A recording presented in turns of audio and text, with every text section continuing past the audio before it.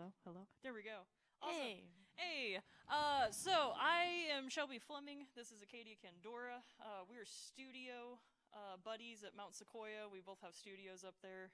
We have adjacent ones. We share a bathroom. It's interesting. We blast music from our conjoined bathroom. From the bathroom, yes.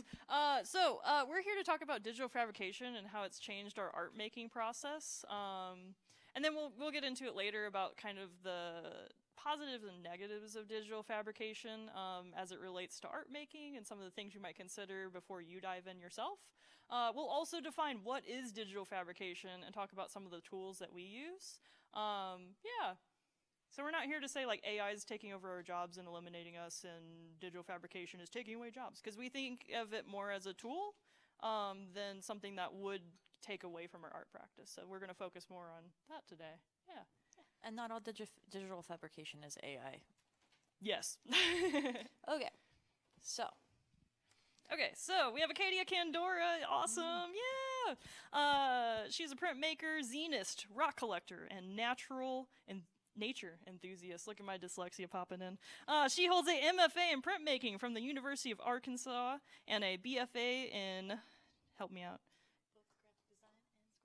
graphic design and sculpture from Shepherd University. She has experience both national and international in cities such as Baltimore, Indianapolis, Bentonville, and Corpo,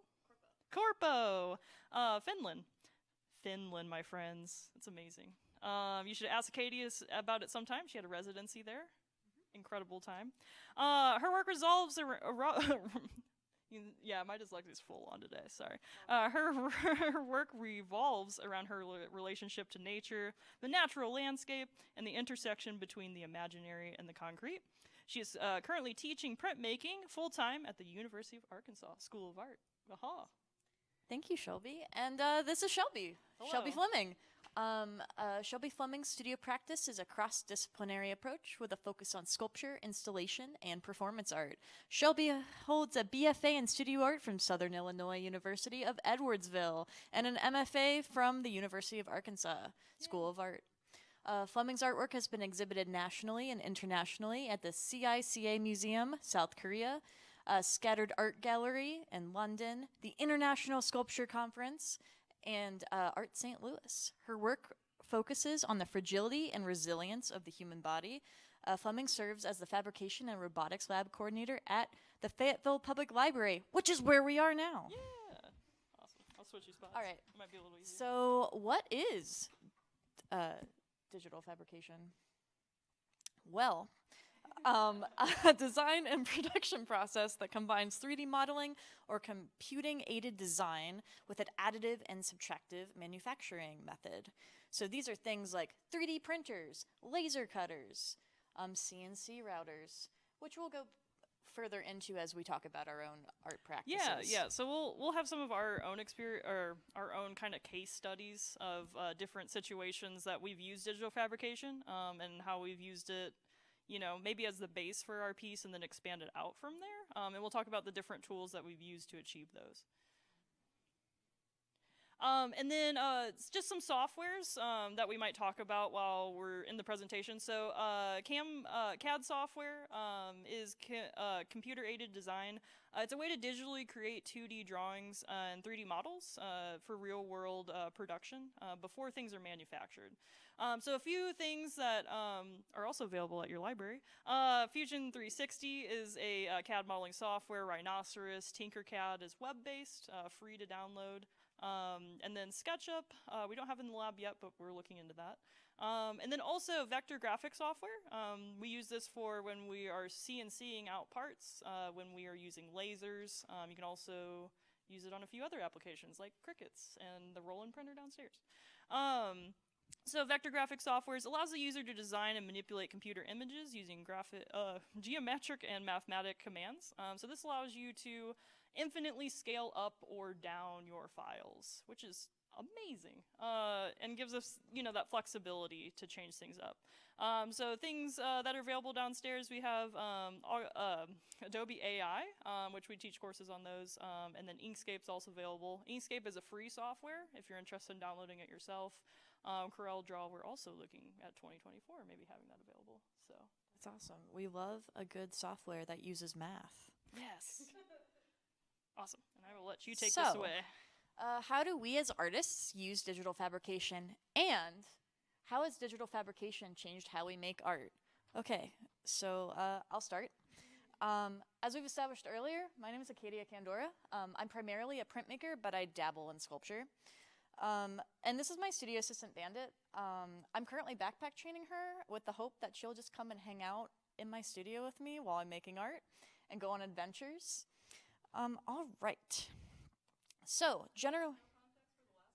Oh, the one of me eating dirt as a 5-year-old? I've had quite a journey, and I've always been connected to nature, both inside and out. All right. So, generally speaking, my work is a combination of prints, books, and objects about my relationship to nature, nature's sanctuary, nature's armor, and blurring the lines between the natural and artificial. So, for those of you who do not know, printmaking is a medium that utilizes some sort of matrix. And what a matrix is it can be a piece of wood, it can be a piece of linoleum, a rock in some cases, or like a stencil on the back of a piece of silk. And what happens is ink is either applied or pushed through said matrix, and then multiple impressions are made, usually on paper or fabric. The two most well-known forms of printmaking are probably silkscreen, which think about your graphic t-shirts and band posters, or relief printing. Think about woodblock prints, linocut prints. Probably the most famous print would be The Great Wave, if you all seen that before. Printmaking. All right, so this medium has a history that's closely associated with analog processes and old ways of mass reproduction. So, beyond my conceptual explorations, one of my main elements of my art practice is to find new ways of making prints. Specifically, most of them utilize digital fabrication methods that bring these old processes into the 21st century. I like to classify my studio practice kind of as a mad scientist, because I love experimenting and trying new things. So, though I'm primarily a printmaker, I have a background in graphic design and sculpture, so I'm pretty comfortable with all the programs that we talked about earlier, and also the qualities of various materials. So when I was hired by my undergraduate printmaking professor as an artist assistant during the summer before my capstone year to figure out how to use our brand new laser cutter for printmaking, I was stoked. And this is the result of that experiment. What else to start trying to figure out how to use a new tool than by making a cat print? This was my first ever cat friend. Her name was Olive. She was my landlady's cat. And so at the time in 2016, even though now there's a lot of literature on how to make laser woodblock prints, there was nothing for me to look at. So I just did the mess around and find out. So I used what I knew from my digital fabrication background, and I took this illustration of this cat, and I broke it down into different plates, which you can see. I cut out a wood, and then I printed. I'm going to break down this process a little bit more. So how does it work? This is a plate being engraved. Real fast. So,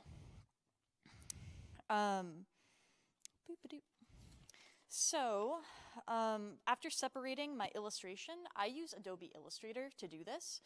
I break it up into different layers. Those layers are then applied with a roller that uses oil-based ink, and which you can see I'm inking it up here. I'm using a gradient on this layer.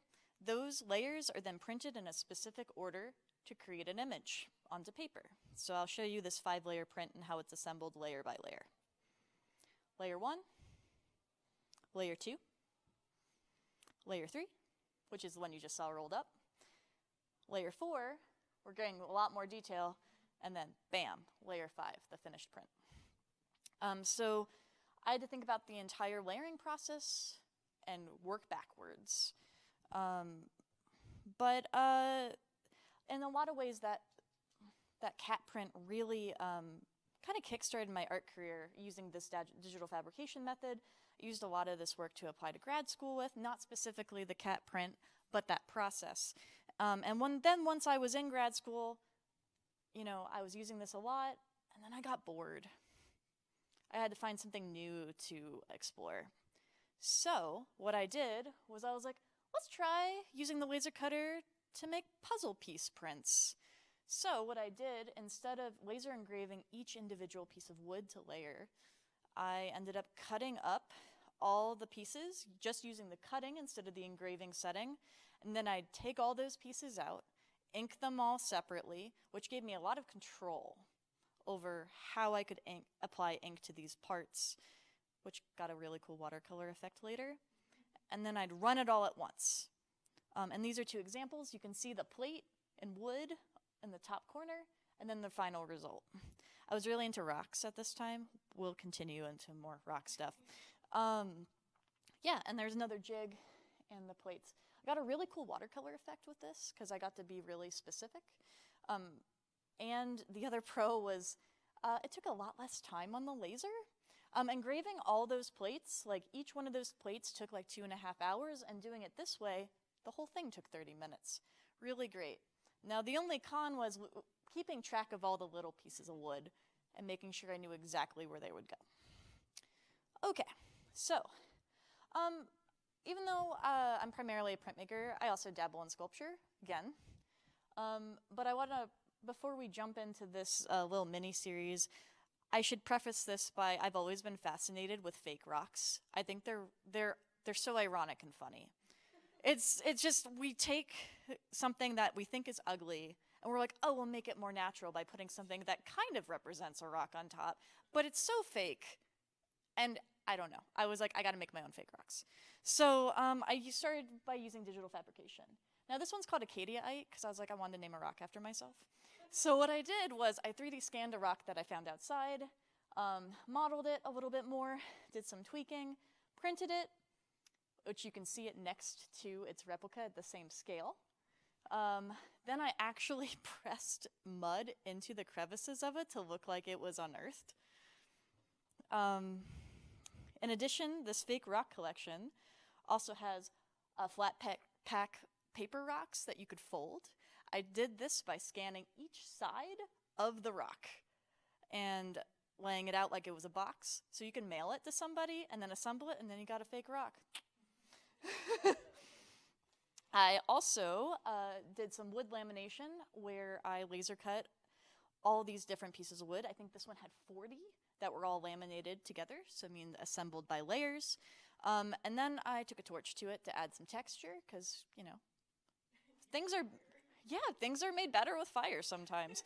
And what I did, and then I made these paper crystals that I situated inside, because I was like, why don't we try a fake geode?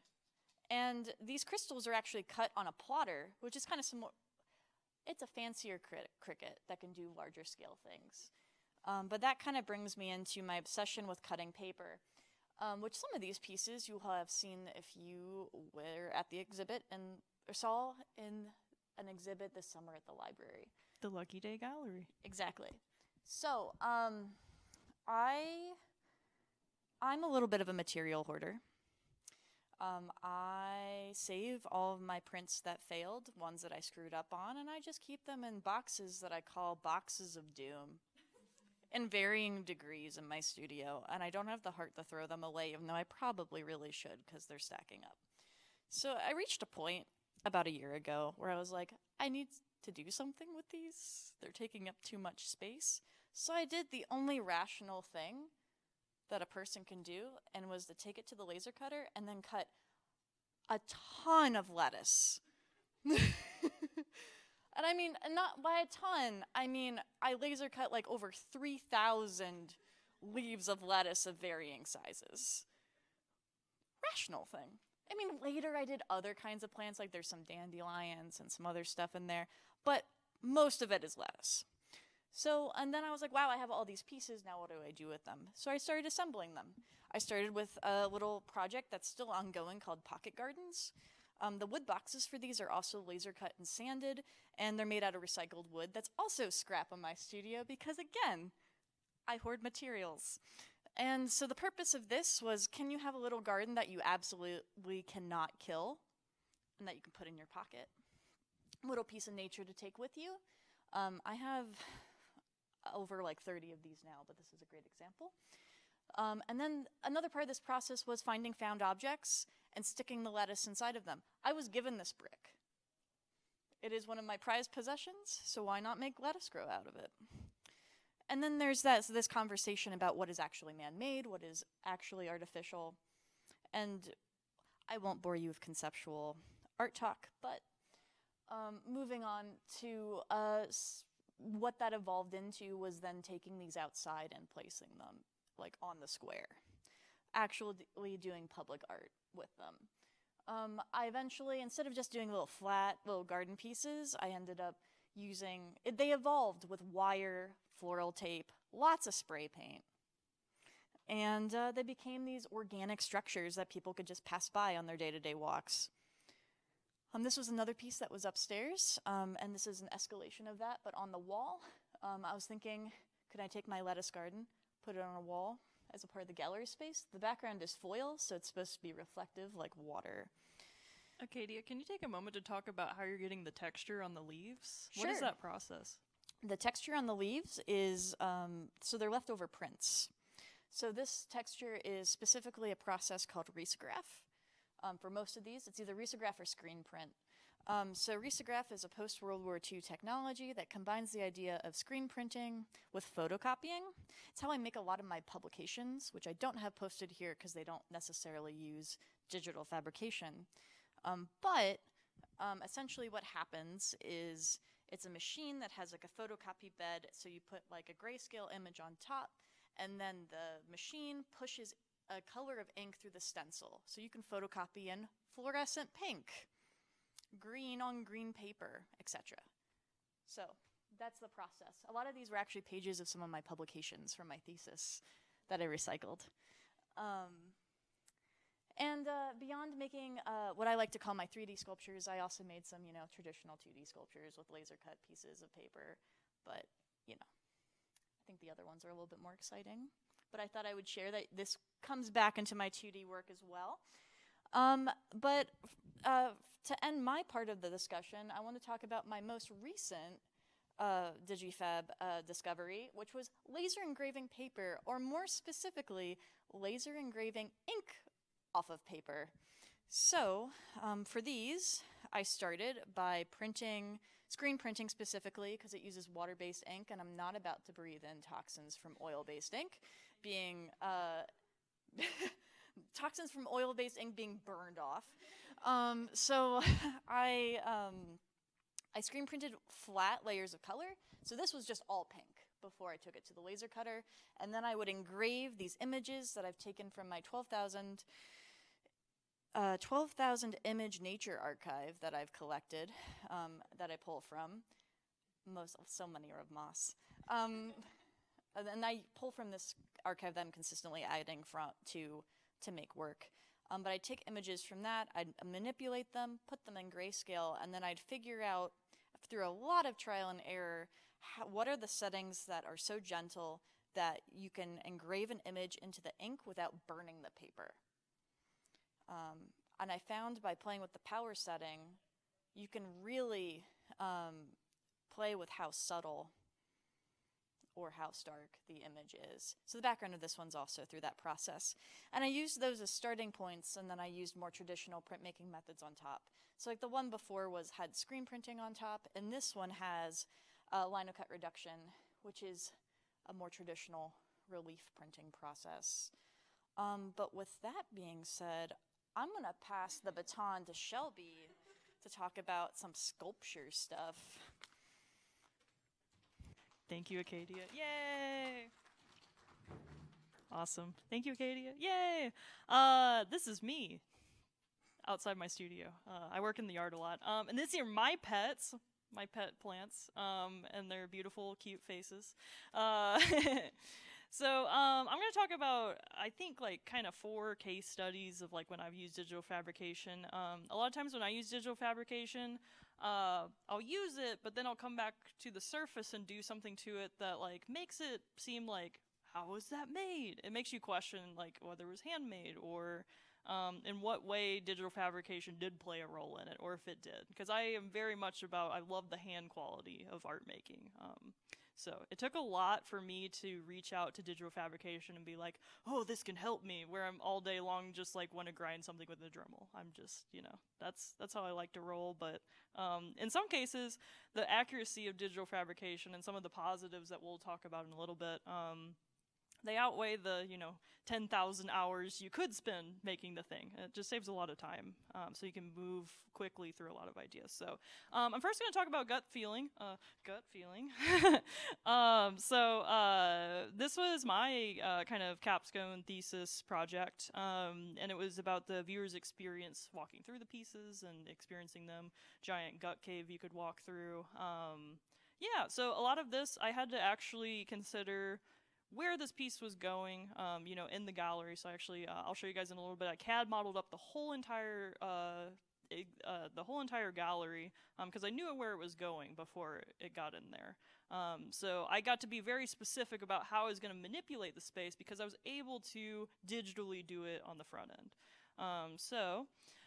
Where do we start? As artists, sometimes it starts with a sketch. And it can be a very basic sketch with very basic dimensions. Was like, okay, a person is this tall. I want this thing to be this tall over their head. So I was using basic dimensions. And then working with Rhino. In this one, that block actually represents a person, just like average height. And then figuring out how much I wanted it to go over their head. So this is just an extruded form out. I had a basic lines, got to extrude it. And then from there, this is the final piece, and I'll talk through, again, how that was made. But seeing, like, we went from a drawing to a CAD model to a final form. And then this is another example of how those were made. Originally, they were supposed to be covered in fuzzy pink fabric. I'm glad they weren't. I got, yeah. Yeah, I don't know. I can't think of any jokes right now. But this is a thing. But you could see very specifically, I wanted it to be outside of the gallery. So it was kind of in the viewer's personal space outside of the white cube. So it kind of led them into the gallery, both physically and visually. But it's like penetrating through the wall, and then to be that specific, it was taking a lot of measurements, CAD modeling things out, so that I could line up those holes specifically, so it felt like it was actually going through the wall. And then the glass also helped, like, nice, beautiful reflection in the piece. So I really enjoyed that one. But in here, that is the CAD modeled up kind of gallery piece. This is an overhead view. There's a few pieces that weren't included in the show, because as you're working through, you might get some ideas and transition from there. But the corner piece is up there, kind of that gut cave was right here, and then the two pieces that were at the front entrance are there. And then on the right-hand side is also kind of a close-up of the gut cave. Okay, so how do I go about going from that 3D model to actually making the forms? So those top pieces are those rendered out ones, and then looking at the individual measurements. So I built it out in different rings. So those different rings, I measured out like what is the radius that I need at each junction in order to make this piece work. So once I modeled up like how many circles of 20 inches do I need, how many radiuses of this do I need, or diameters, and then from there, hand bending or bending a lot of those circles up, welding them together, so that I had all the pieces that I needed to lay out.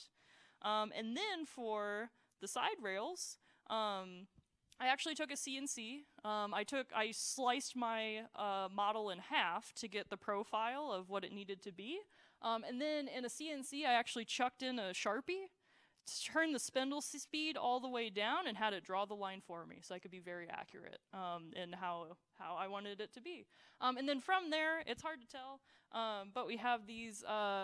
I have that little cardboard paper there that the CNC had drawn on, and then I hand bent the steel to match those lines. So there is a lot of hand involved in this process, but I'm using digital fabrication to aid in creating these. And then from there, I'm welding all those pieces together, kind of following from my initial model that was on this page.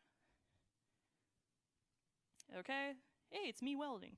And then assembling all of these pieces, and then you get these like really cool wire forms that are happening.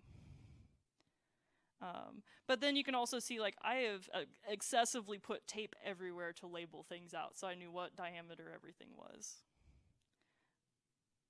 Cool. And then there's me. And then just a bonus round that doesn't involve digital fabrication. I take heavy duty plastic, heat shrink it to the form so it's really taut like a drum. And then apply paint on top. So it's just acrylic paint. And then got to play with a lot of the lighting in the gallery in order to make it feel like each piece was flowing into the next. Yeah. Woohoo. Okay, and then this process, brittle. Brittle's really interesting, and I have a very fun story that goes with this piece. So, let's see. 6 years ago, before I knew digital fabrication was a thing, Shelby did this by hand, and it took 10 hours to make 5 of these. And it didn't seem realistic that I would ever get to this piece, right? How would you ever, I just couldn't, compute it at the time. So then I got into lasers and digital fabrication. And for this process, I actually hand drew first. I like to start with drawings and then kind of like evolve from there. So I hand drew all of these. And then over here, I've actually, in Adobe Illustrator, taken those drawings, I've image traced them so that they create vector lines, so cut lines. And then I've put them on the laser. And look at that mound of beautifully cut pieces. Yeah, so I went at it, originally 6 years ago with a wood burner to get through fabric, and then this laser, I did 5 of them in 10 hours. This took 3 hours to make 200. Amazing, right? So you can't even fathom, ever doing that by hand. I wouldn't even want to do the math to figure out how long it would actually take to do all those by hand. And then the accuracy of these is incredible, right? And it was able to get, with each pass, it was able to get through 3 layers of fabric with each pass. So, 3 hours, 200 pieces. And then from here, to give that hand quality, because I like that hand quality to my pieces, I dipped each of these pieces individually in plaster. That's why this piece is also called brittle, because it's physically brittle, but it also has that appearance of being brittle. And then our studio at Mount Sequoia has these beautiful stairwells, so I covered them in heavy-duty plastic, and I slumped the plaster shapes after I dipped them, slumped them over the different steps so that it gave it a slight curve to them. So each one, even though there was repetitive shapes, each one would be unique. So thinking about, like, I'm just using digital fabrication for that understructure, and then I can add my own uniqueness after the fact. And then this was for Interform. So Interform actually gave me a stipend in order to make this piece a reality. So it was a lot of digital fabrication made this a reality, and then Interform made it financially possible too. So Interform is actually a fashion and art design company out of Springdale. They're a nonprofit, and they do a lot of great work for our community for NWA Fashion Week. And this was a part of their first assembly in 2021, I think. Yeah, so it was great to be able to actually make this piece possible, and for like a curator to be like, "We trust you to do your thing. Okay, here's the keys, bye," type of a situation. It was so nice to be able to just focus on making a dream a reality. And a lot of people see this as like a running figure, and I did not intend that when I installed it, but yeah, it's kind of fun. But the cool thing about this piece is every time I install it, it's different, right? Each piece doesn't have to be in the same spot, so it becomes a fun puzzle for me. So this is it at the Walden Art Center last year. And I got to play with the glass. So half of this is actually on the outside of the gallery, and then the other half is on the inside of the gallery. So you got this cool transition that like led you into the space. Because I like to always play with the white cube of a gallery and kind of break open the space and play between the what is a gallery and what isn't a gallery. Too much concept. I'm getting off. And then this is a current show that's up at Arts on Main and Van Buren. They were also just fantastic to work with, very much like, awesome, here's the space, do your thing, and which is fantastic.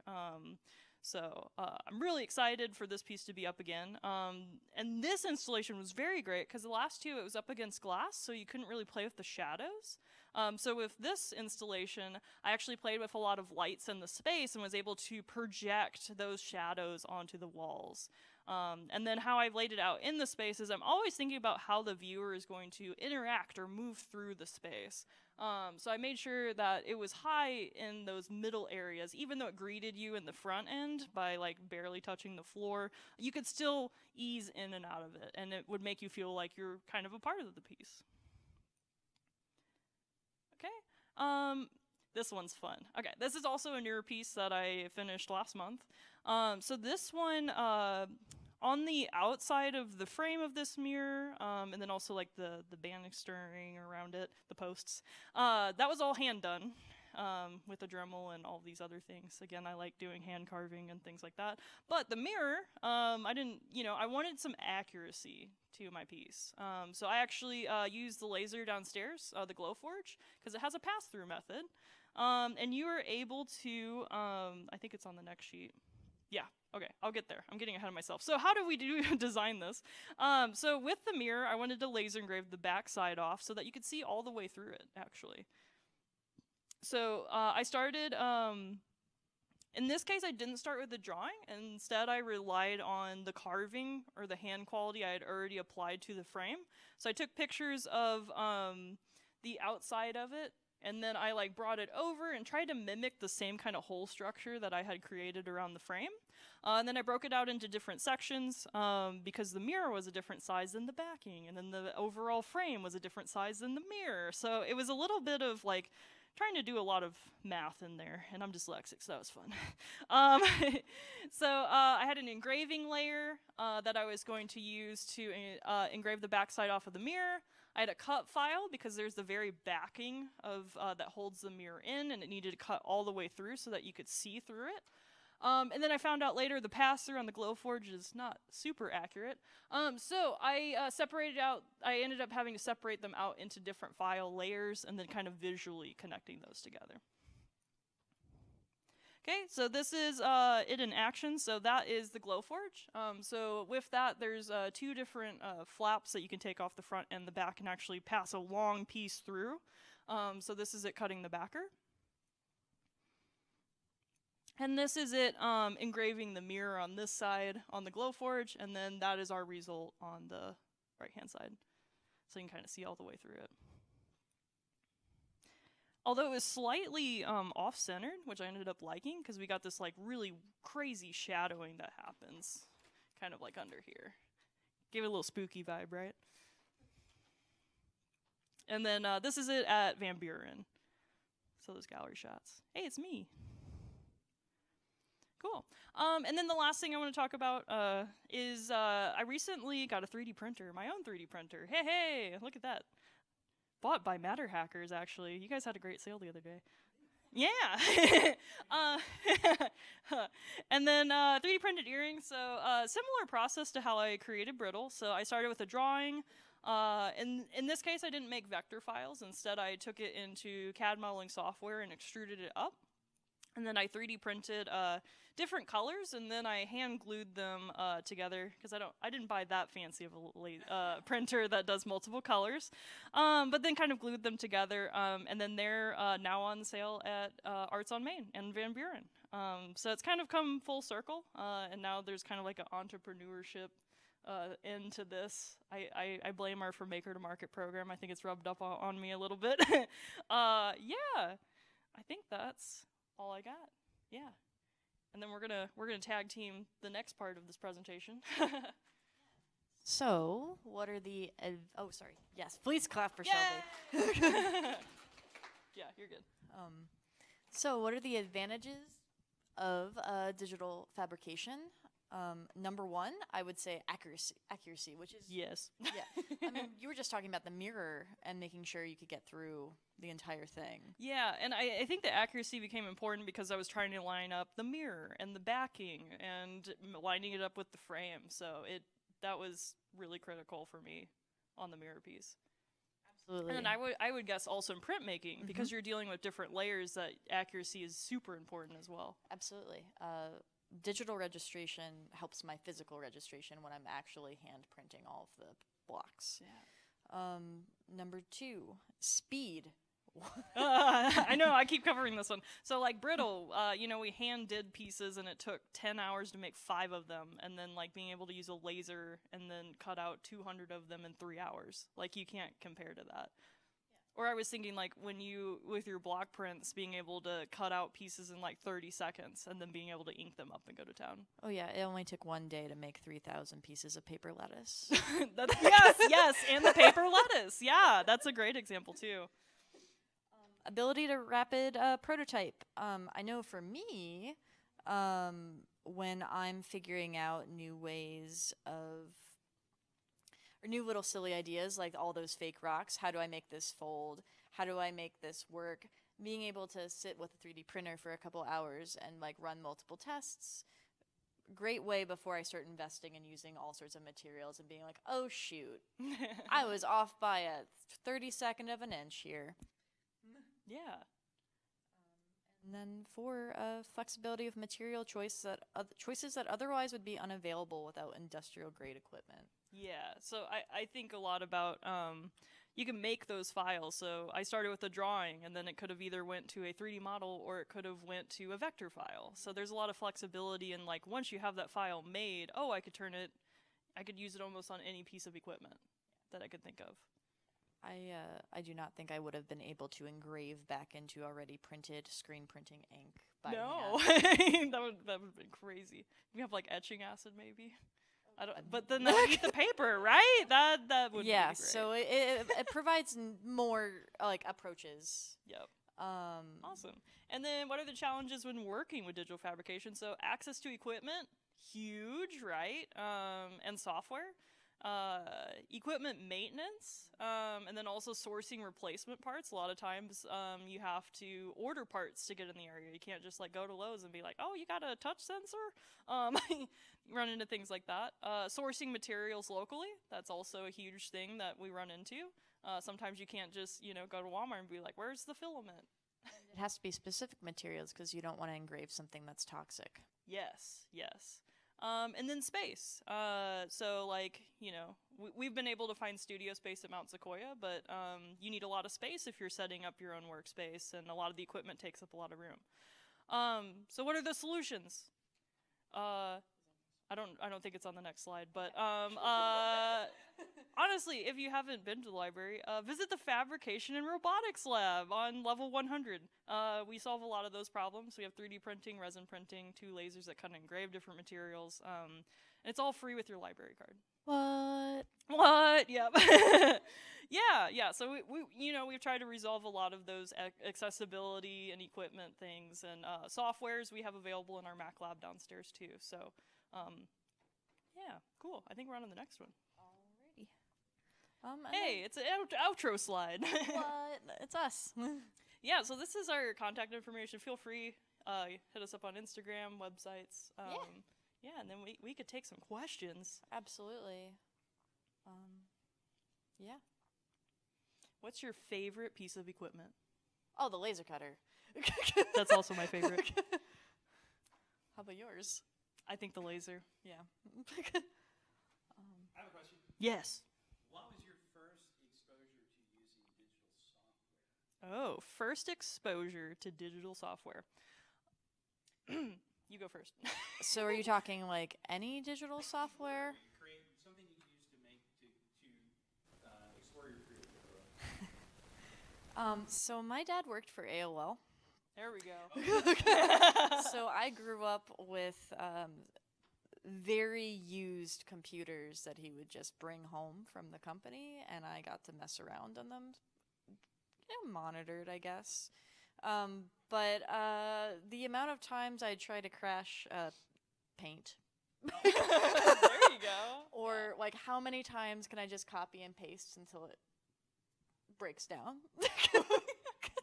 That's where the 3,000 lettuce comes in, right? I mean, pushing the limits, right? Trying new things. I also there was a while that I wanted to be a video editor, so I taught myself how to green screen when I was in high school, and I read a lot of books on that. I'd say software that probably relates the most to what I do now. I was very fortunate to go to a high school that was really trying to give people access to like computer skills for jobs. I grew up in West Virginia, which is not the richest place in the world, and I was fortunate to be in a space where they had a program where they were trying to specifically grow out like more jobs that were connected to the technical school. So I got to be enrolled in a program that taught me Illustrator and Photoshop when I was in 11th grade. So I've been, wildly enough, using both probably Illustrator almost on a daily for 2/3 of my life. Wow. I'm going to go really weird with my answer and say The Sims. You know, building houses, be your own interior designer. And it's interesting because the more I play video games these days, they make it just like your CAD modeling. Like it's the same functions, same computing function. Yeah. Yes.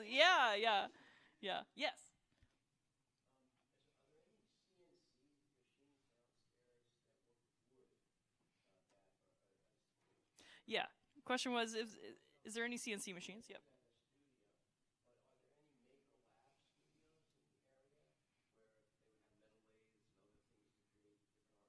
That is a great question. So first off, we do have a small desktop CNC downstairs. It is a Snapmaker 3-in-1. So you're kind of limited in your bit size, but another patron donated a larger collar, so you could get a 1/4-inch bit on the CNC. Depth-wise, you're kind of limited. If you're going to try and pass all the way through your material, you're not really going to get more than like probably a 1/2 inch. It just doesn't have like the RPMs to get through something thicker. But we're talking about getting a larger CNC. So stay tuned. 2024 is going to change a lot in the lab. We have a lot of equipment that we're interested in switching over to. And then as far as metal lathings and things like that, we don't offer that service. And then the only things I could think of is like the university. There's definitely a lot of like the engineering departments and things on there. You might be able to sneak your way in there if you get the right person's email.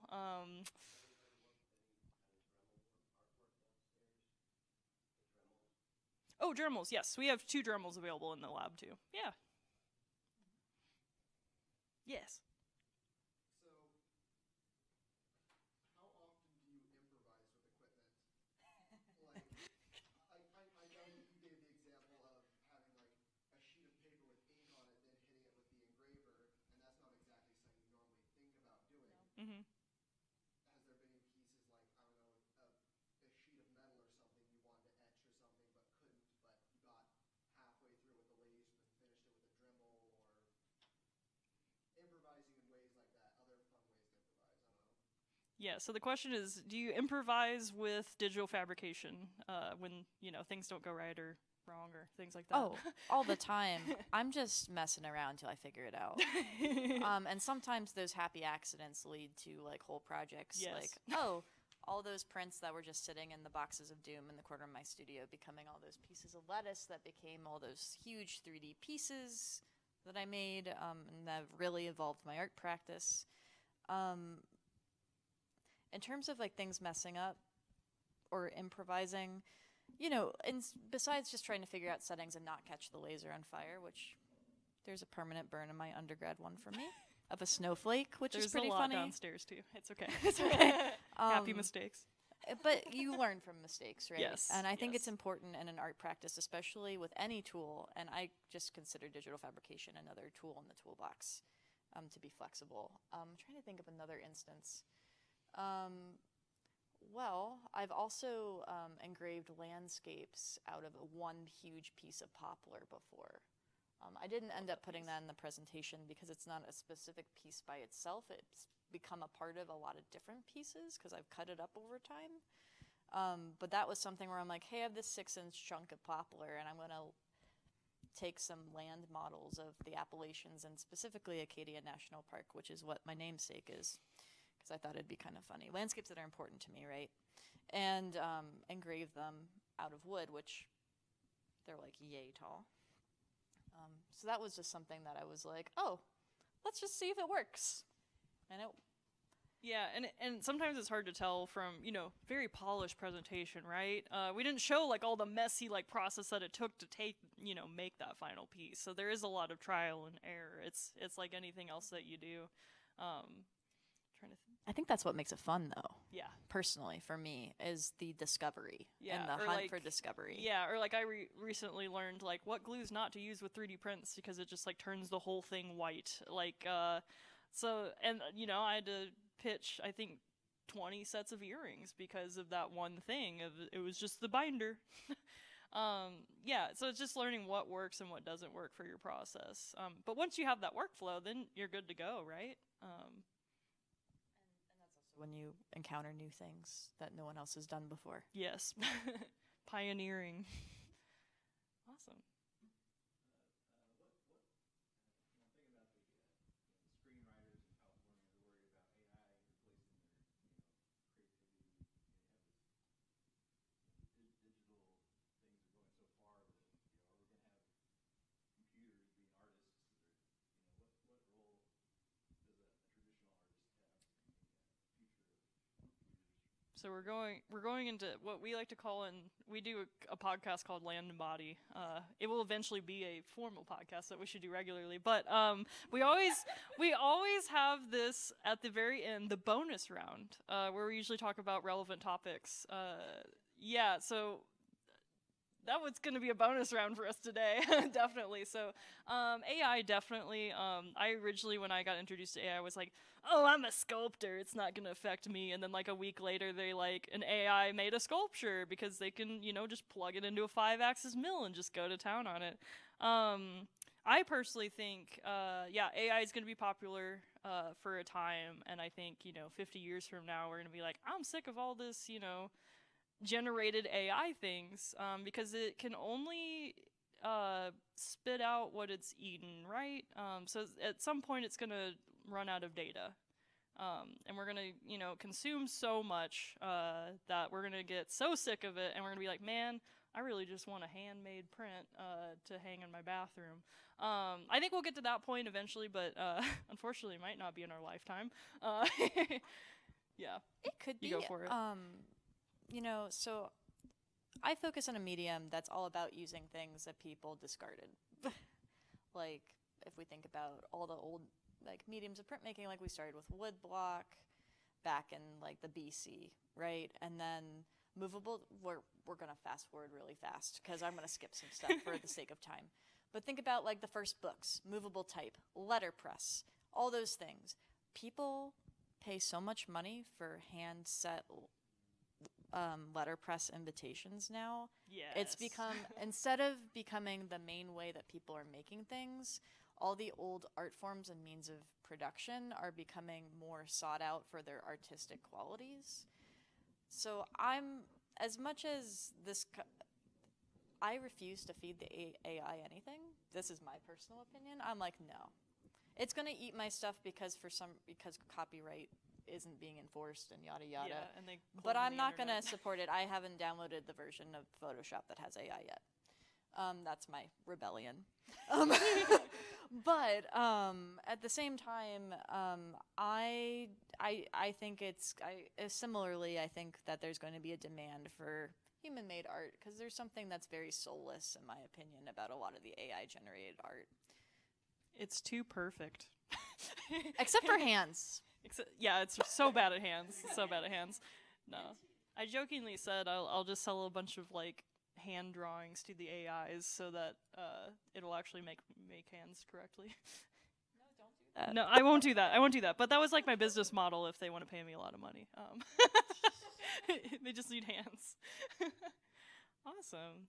Any other questions? 12 minutes still. Yeah. Man, we burned through that. Is that a laser joke? I don't know. Oh no, we're going into stand-up. That's bad. That's bad. No, don't go into dad jokes. Awesome. Well, thank you all. We'll be around if you have more questions. But Thank you really all so appreciate much. coming out.